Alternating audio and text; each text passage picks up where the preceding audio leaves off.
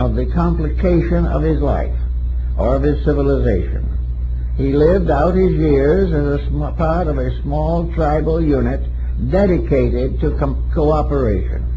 Now, it would naturally follow that such a person, becoming very quiet, would be able to open a door inward, a door that would not open into a pandemonium of doubts, fears, and anxieties, but into a very simple type of thing which was almost the inner world of a small child.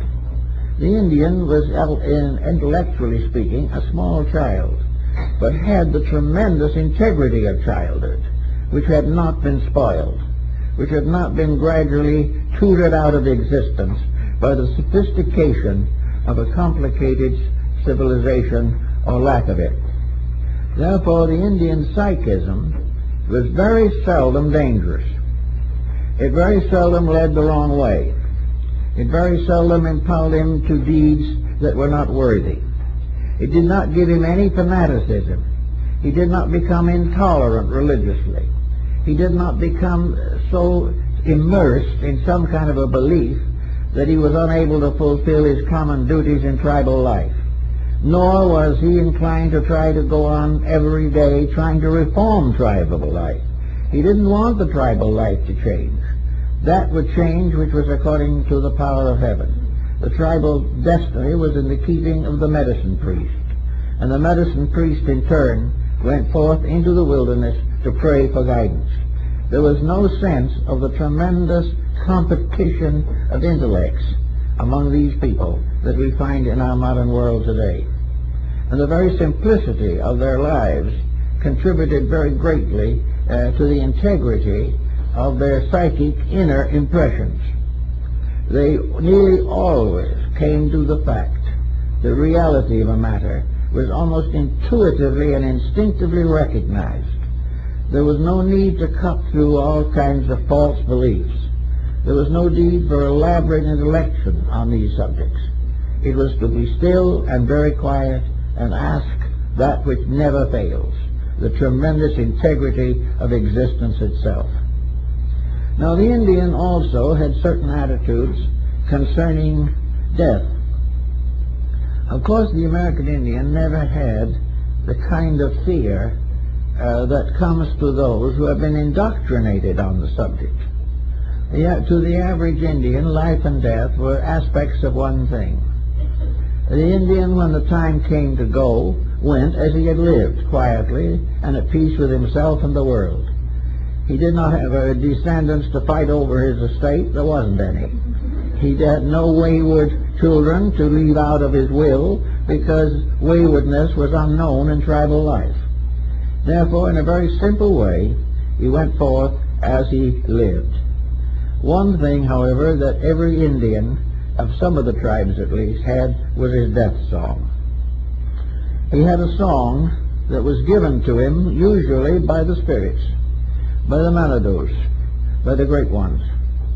And when the time came for him to go forth, he went forth in glory. Cases where Indians in battle with white soldiers and so forth stood up with a bullet in their hearts and sang their death song before they fell dead. The death song was the triumph of life over everything else, the triumph of truth over error, the statement of perfect confidence in going forth into the great world of reality. This was a very simple, but it's a tremendously powerful instrument in connection with Indian thinking.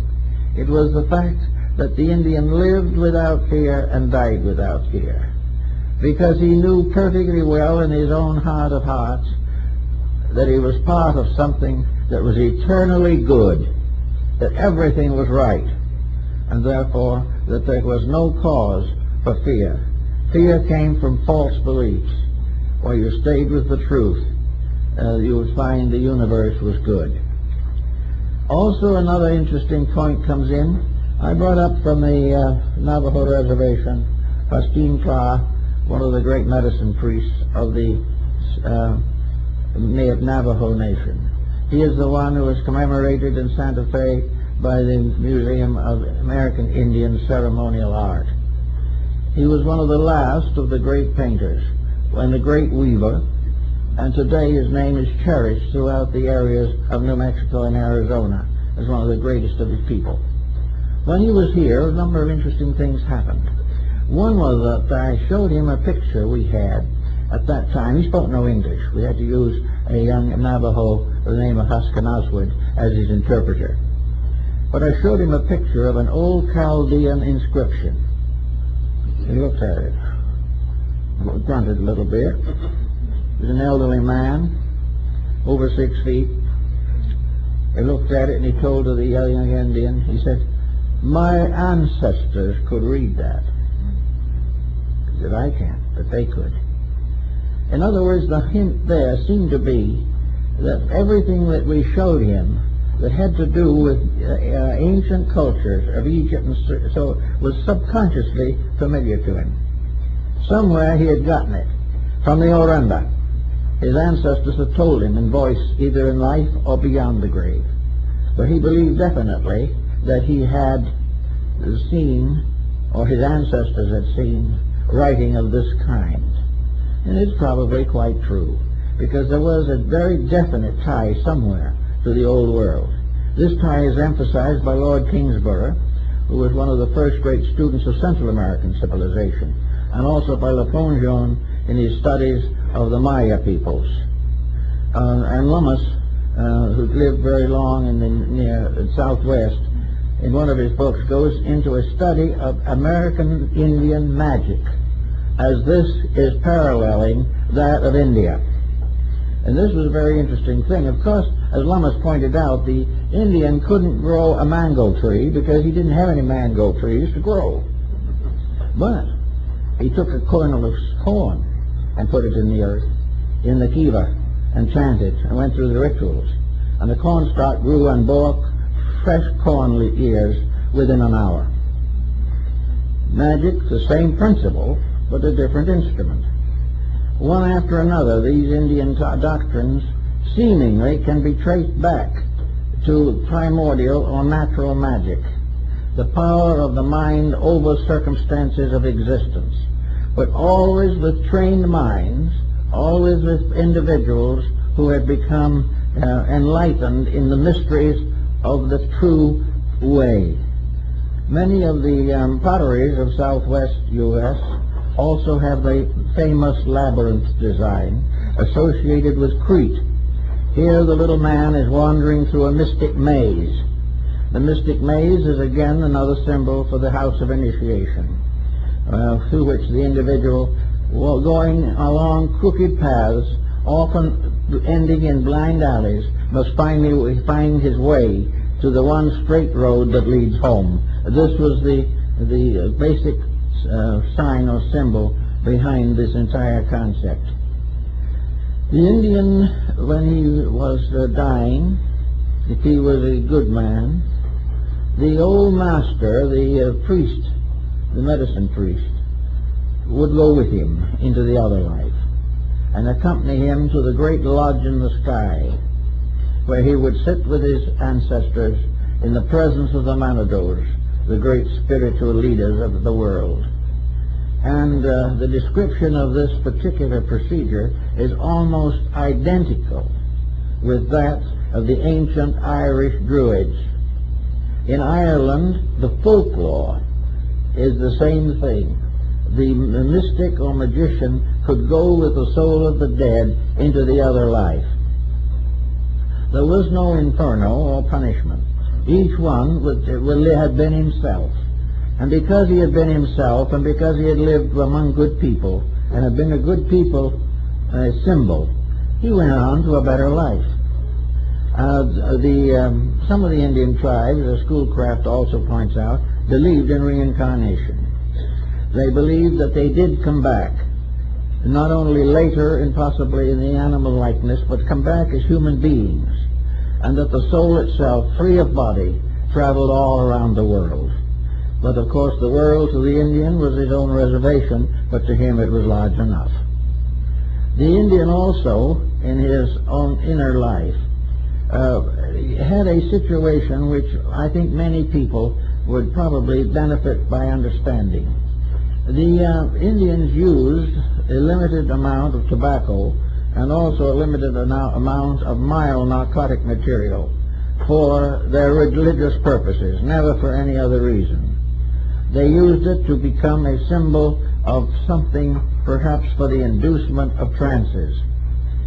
Actually, those who did it in those days, and even more recently, there is no particular indication that they received adverse consequences or became habitual users or came into a dangerous psychological condition.